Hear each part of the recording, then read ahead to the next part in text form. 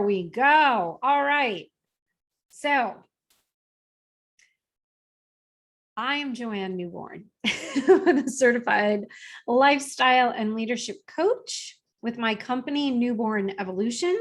And I have found through my 18 plus years in the corporate landscape that there's really a lack of leadership out there. So I'm really passionate about helping other career-focused individuals who feel frustrated, stressed out, and unfulfilled to create a leadership mindset for themselves so that they can, attain their dream job with their ideal salary and a luxurious, and I like to say guilt-free work-life balance. And I also have my MBA from Penn State with Beta Gamma Sigma honors, and I'm a member of the International Coaching Federation. So if you are here with me today, I am going to guess that you may have wondered why some people are extremely successful while others continuously struggle in their career journey. So let me ask you a few questions, okay? So if you're out there listening, I see I've got a couple of people watching over there. Hello. I want to ask you a few questions and just be honest with yourself. You can answer in the comments if you want to, or you can just answer yourself. I want to know if you watch friends and colleagues move up the ladder of success while you're staying stuck. Does it feel like they are super lucky and you're not? Do you feel perplexed by this? Perhaps you even have a great education, a fantastic skill set, and yet you never seem to get the recognition that they do. Well, if you can relate to this, then you're in the right place, because tonight we're going to deep dive into real client case studies to illustrate the exact reasons why some people have rapid success and why some continuously struggle in their career journey. So I'm going to be revealing these mysteries to you so that you can make changes right now in your career growth journey. I'm going to take you through the stories of two professionals with similar educational backgrounds who both work for great companies, and they're both my clients. They began their journey in a very similar place with me, yet one has skyrocketed to success with just a few sessions, while one continues to struggle. And there are very specific reasons as to why, right? It's not a mystery. And there's easy fixes. That's the great part, right? There are easy fixes when you know why. So I'm going to be sharing this information with you so you can make your own shifts in your own career success. So tonight, you're going to learn how to make small changes in your day-to-day routines that will bring you recognition. You will learn how to go from listening and learning, which is great, to actually taking action and making a difference in your organization. And you're also going to learn how to collaborate rather than compete, because a lot of times we're competing with the other people, not collaborating. So now you're going to have teams of people wanting to have your back and sing your praises and confidently, and you will be able to confidently ask for what you need in your career. And you can hear those magic words, yes, from your manager. So if you've got questions along the way, I'm going to keep checking in on Facebook and here in the Zoom room. You can just put them in the comments and I'll take a look as we go along. All right, let's dive in. So like I said, tonight I'm going to be talking about two clients. Their names have been changed to protect them. We're going to talk about Allison and Michelle.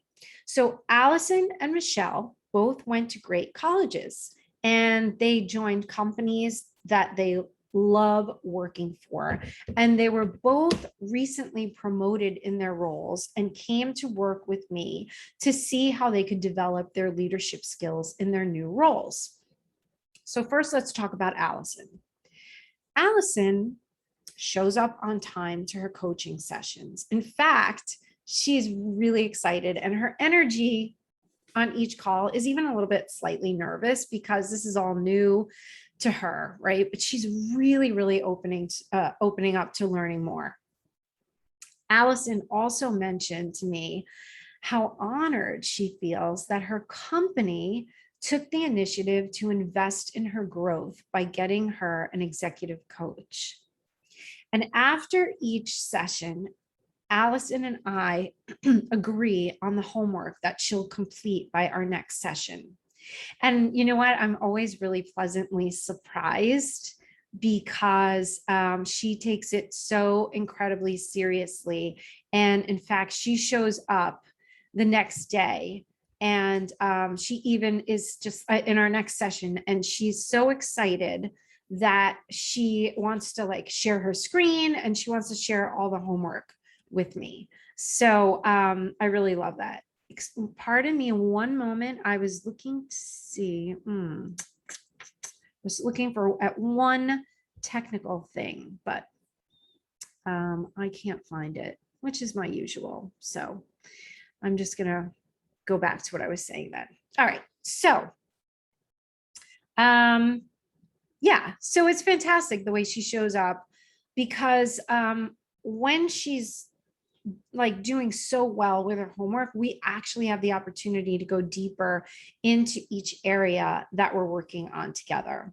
And after our sessions, Allison takes her discoveries and action items and implements them with her own team. And so at first, you know, it's a little difficult for her sometimes because it's out of her comfort zone, but she does it anyway.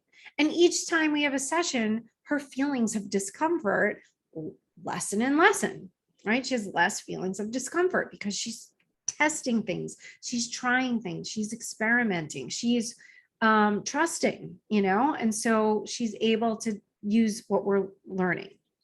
And I'm going to give you a great example. She wanted to ask for more resources on her team, and she thought no one would really take her seriously as a brand new manager. And so we worked through some leadership skills together. And in the next session, she was both thrilled and also in shock that her boss put in for 3 new headcount to be on her team for the new fiscal year.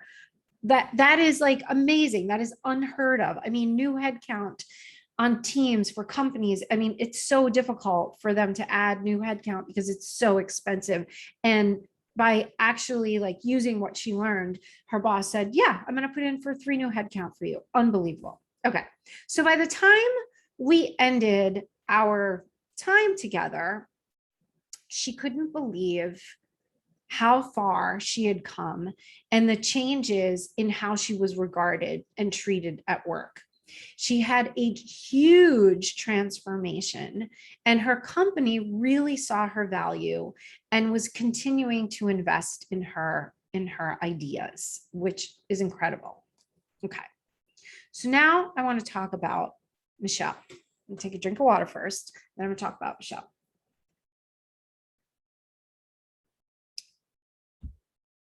So Michelle, and after I talk about Michelle, I'm going to illustrate the really specific things that they did or didn't do that you can actually emulate and make changes today in your own leadership style. I mean, I'm going to go through it twice. I'm going to go through it as far as like what they did, and then holistically, like from what the item is that you can do. So this is going to be really valuable. I would take notes at the later part of this, and I would really make sure you stay till the end so you get all those juicy bits.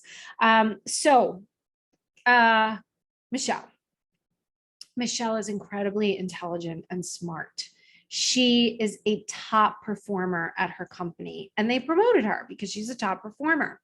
She had been wanting this promotion for a really long time. So she was thrilled to be in this new role.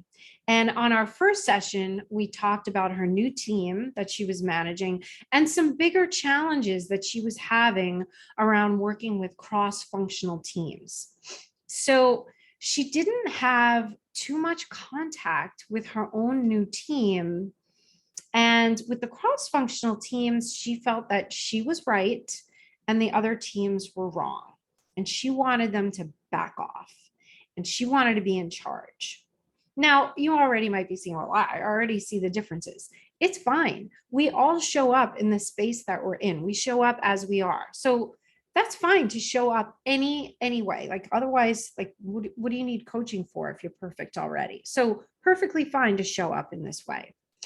But she took a long time between sessions to book her next one. And while she did her homework that we agreed upon together, I never really got the feeling that she was enjoying the process at all. And her boss would actually have important meetings without her there and make decisions that she wanted to be part of without her.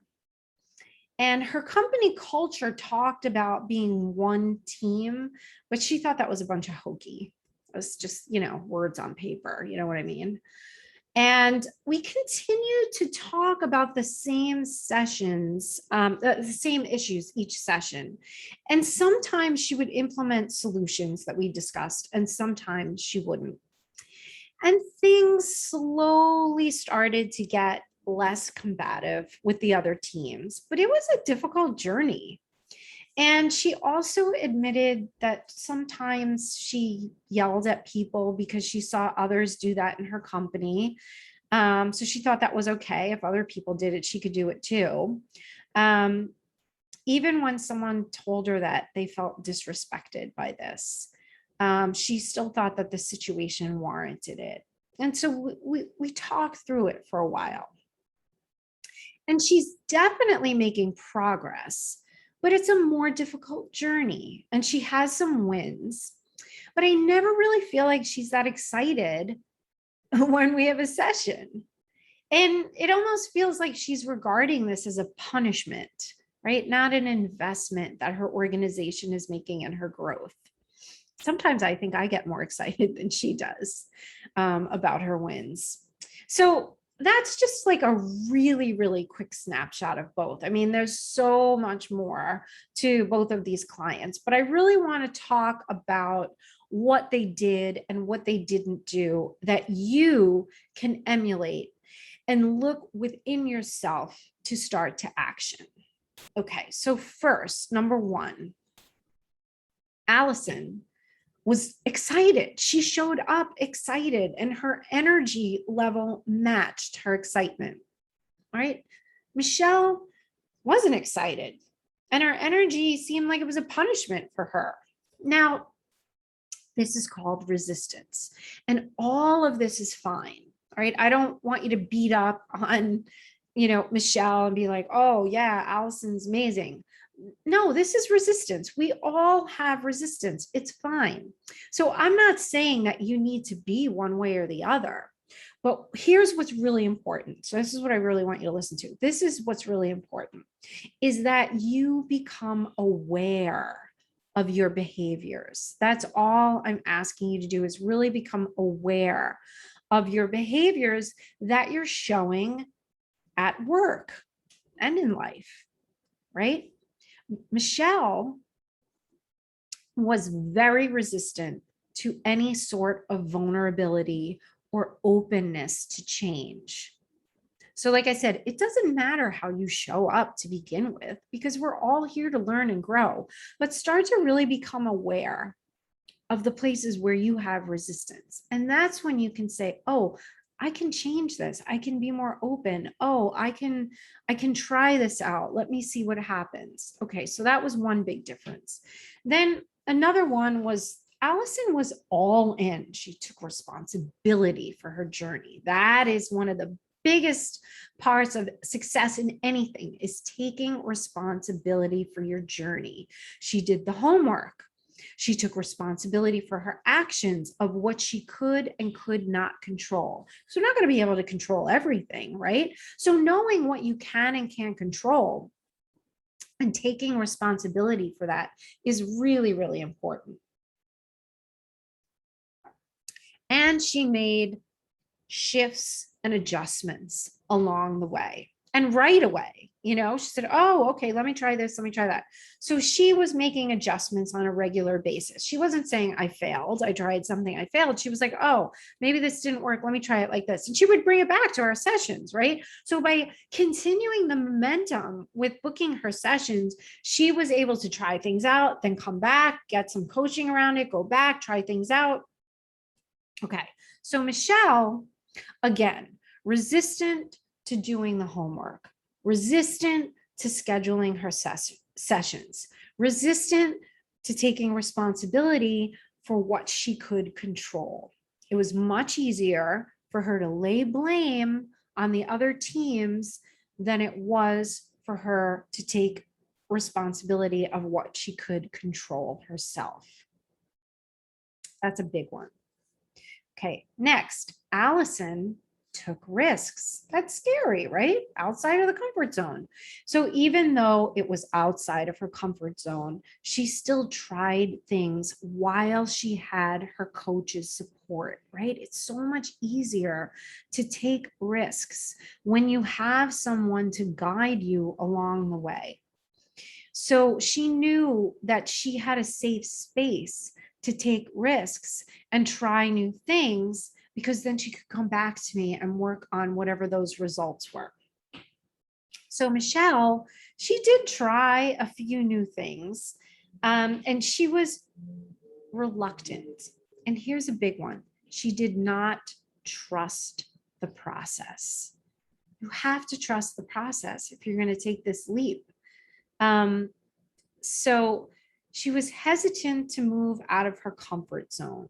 It was a lot easier for her to stick to her original thought process of wanting to control everything. We think that by controlling things, we're going to get the outcomes that we want. But by controlling things, we squeeze the life out of them. And so she was trying to control things that weren't even hers to control. Other departments, other teams, other courses that along the way within her organization that she could not control. Okay, another important one. Allison then saw how her risks yielded different results than prior in her career. And she easily asked for and got 3 new headcounts for the fiscal year. Like, it still blows my mind. Amazing. I mean, that is not an easy ask. And so Michelle stayed upset that she was left out of important planning meetings rather than just having an open, honest discussion around why with her manager. She was reluctant to change her ways of working. She felt that disrespecting a coworker to get what she needed was better than not getting what she needed. So in turn, what happened was this created a domino effect of people not wanting to work with her, not wanting to help her, not having her back, not wanting to collaborate with her. Every action has a reaction. And so it's okay, like I said, to come to this journey thinking this and having these challenges, and the ability to change that mindset is the important thing, right? The ability to say, what I can control is my mindset. I can do that. And so there are multiple ways of getting what you need, not just one way. There were lots of ways she could have gotten what she needed. Okay, so those are just a few items here, and I want to recap them in a more like holistic way. So like I said, there's so much more here, but this is in itself to me is amazing. So I just want to go over these few items. So to recap, this is what you can do in your current role, in your current organization. Just by these items. And even if you start to make even one shift in any of these items, you're going to see changes. You are going to see changes in the way that people react to you, the way that people want to work with you, collaborate with you, the way your manager regards you. So, okay, here they are again. Whatever your current role and current organization, get excited. Show up with enthusiasm for something, There is always something that you can be enthusiastic and passionate about every day.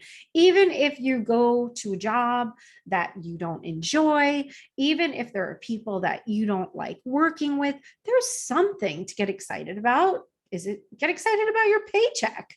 Even if it's not the paycheck, was there something that you were passionate about that brought it to you?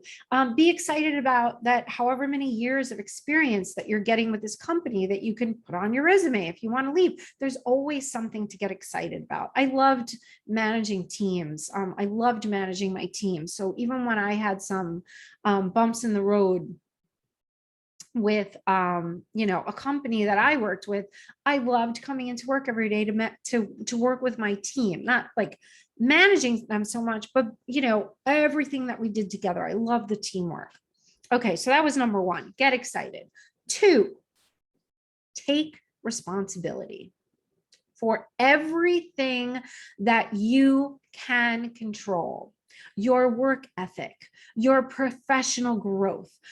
If your organization is generous enough to invest in you and your growth, appreciate that and take as much as you can away from it all. Just soak it all up like a sponge. Because you know what? Most people just do an eyeball roll because they think that's the cool thing to do. But be different. Just soak it all up. Say, this is amazing that someone's spending budgetary dollars on me. Or spend it yourself. Spend on yourself. That's how I started having coaches. Nobody paid for me to have a coach. I just paid for it myself because I wanted to grow. Okay, number 3, do the work. There will be work. And the work above and beyond your day-to-day duties. You're going to have to do more than just your day-to-day duties at work if you want to be successful. I'm not telling you to burn out, but just coming in and doing what's expected of you is not going to be enough. Show up 100% and do the work. Number 4, step outside of your comfort zone. If you want progress in your career, you are going to have to step outside of your comfort zone. You're going to have to step into places that you haven't been before. And this is going to feel uncomfortable. Just know it. Just know it. Accept it. And dare to dream outside of your day-to-day work. 5, take calculated risks. Look at your results and make adjustments after you take those risks. Trust the process and trust yourself. Don't try to control everything, right? Where can we collaborate? Where can we ask for help? Asking for help is so vulnerable and so incredibly powerful. It is one of the most powerful things you can actually do is ask for help.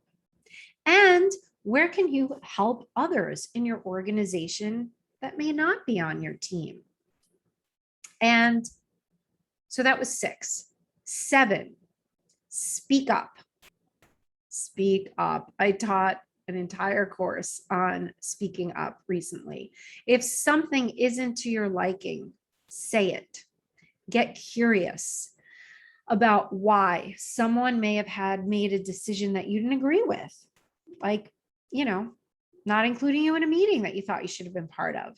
And really listen to their answer, because actually it might be a learning lesson for you.